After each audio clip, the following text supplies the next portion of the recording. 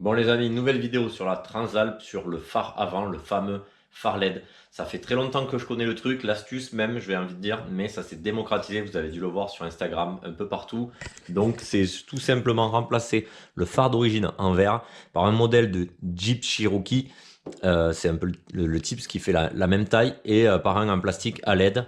D'origine, ben, franchement ça éclaire pas grand chose. Moi avec la grille de chez Gofi, ça casse le flux un peu plus avant de, voilà, de casser ça, ou plus pour l'éclairage, parce qu'une fois on a fait les Landes et c'était un peu tard, et franchement j'y voyais rien.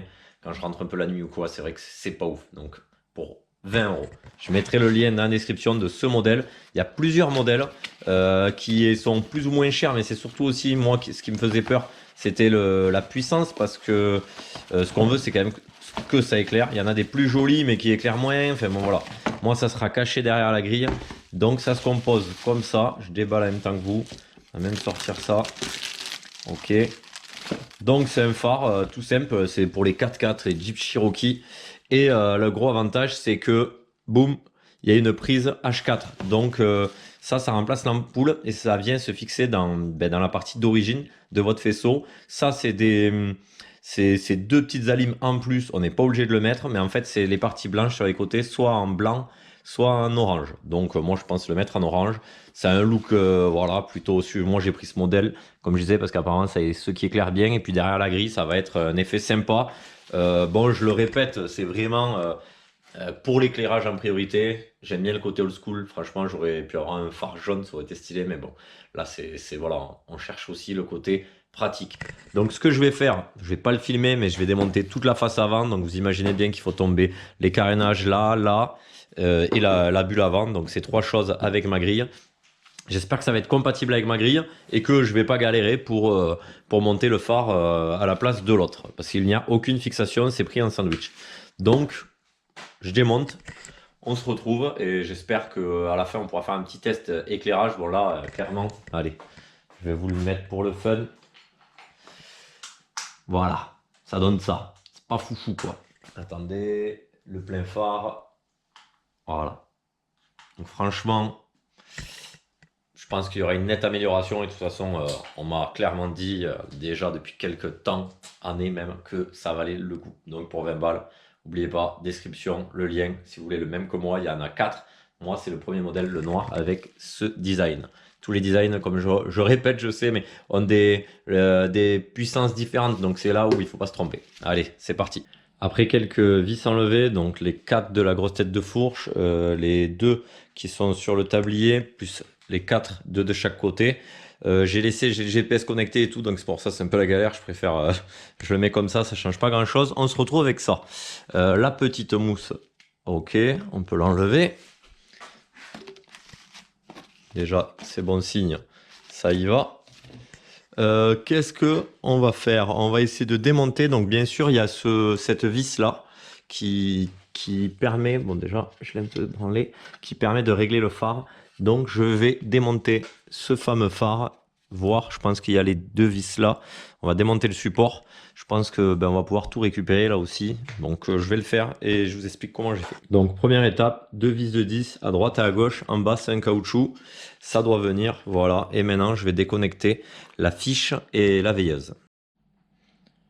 Donc je viens de sortir les trois petites vis qui tenaient le cerclage chromé.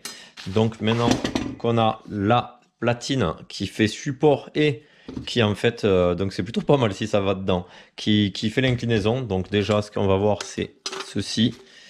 Ok, donc là ça a l'air plutôt pas mal. Putain ça tombe, pardon, chez nous c'est courant. Vraiment pas mal. Donc bon, ça c'est bon. Ce qu'il va falloir voir après c'est, on n'y est pas mais c'est pour la veilleuse. Ne bougez pas. Voir est-ce que ça rentre bien. Il y a un petit bug. Désolé, je fais en même temps que vous. Donc il doit y avoir un petit endroit où ça gêne. Ça gêne, ça gêne, ça gêne. Ça gêne, oui. Au niveau du cuvelage, le mien est beaucoup plus comment dire, carré. Celui-là est incurvé. Donc, si on les met comme ça, on voit bien que toute cette partie gêne. Donc, je vais essayer de trouver la solution. Bon, j'ai été obligé de faire un peu de chirurgie, donc après avoir découpé et mis un peu de noir sur le support, bon, ça sera quand même réversible, mais là, c'est sûr que ça tenait mieux.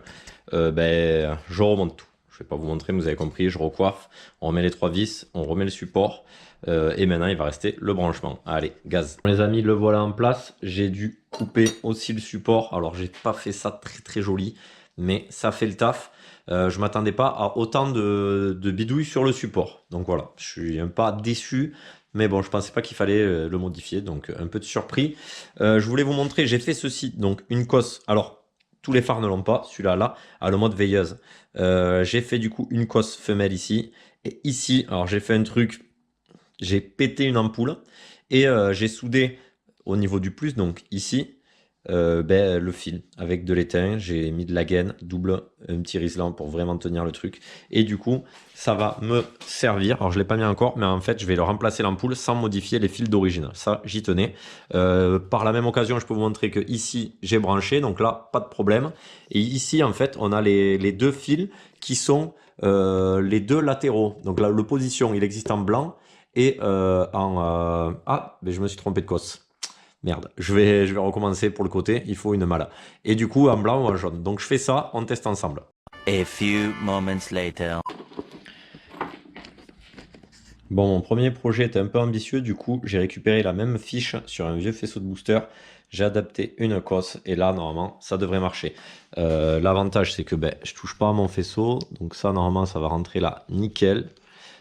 Là, et maintenant... Alors attendez, la position, évidemment. Ok, donc le jaune, le blanc au choix. Allez, je branche ça et on fait un dernier test avant de tout remonter. Bon allez, avant de tout remonter et de faire un test dans le noir, position, j'ai choisi celle-là, phare et le plein phare. Je sais pas si on voit vraiment là, là, ok. Parfait. Allez, je remonte tous les amis. En plus avec la grille, je pense que ça va faire un bon petit look. Et on se retrouve pour le test final. Pour 20 € et quand même, allez, une bonne heure passée, facile 1h30 pour être vraiment tranquille. Voilà le résultat final avec la grille. Ça a vraiment un bon look. Je vais mettre les veilleuses. Ouais, gros. Ben, on va tester dans le noir, hein. Allez, c'est parti. Je vais quand même laisser les veilleuses. Ça va être la surprise. Je vais rentrer avec. Ok. Après, c'est assez difficile de voir là. Donc, on va essayer de s'arrêter. Il fait pas de nuit, mais bon, je pense qu'on verra quand même la différence. Ce qui est très bien aussi, c'est que... Allez, je vais rallumer la lumière. Ce qui est bien aussi, c'est que ben, la consommation sur l'alternateur, le régulateur, franchement, RAS, pourquoi pas changer l'ampoule un jour, LED derrière, quoi. Si elle claque un jour, autant mettre du LED, c'est toujours mieux. Pareil pour les clignotants. Tant que ça marche, ça marche. Le jour où, voilà, là, il y avait vraiment un problème d'éclairage. Ben, je vais essayer de rentrer avec et peut-être vous filmer quelques secondes pour vous montrer dans le noir, dehors, un peu le faisceau. Mais j'ai eu que des bons retours, donc j'ai confiance. Maintenant, vous avez un petit tuto, mon avis aussi, une petite vidéo qui partage un peu ça. Donc, si ça vous plaît, n'hésitez pas à liker, à lâcher un petit commentaire, allez sur le lien pour le commander. Et puis, on se retrouve de suite dehors. Mais peut-être que je parlerai pas, donc à la prochaine. Ciao, ciao. C'est beaucoup mieux que l'origine, par contre, c'est mal réglé et ça éclaire clairement en haut. Donc les arbres, donc je pense que limite il faudrait tourner le phare en fait. Si ça se trouve, ça serait bien parce que j'arrive quasiment au bout du réglage.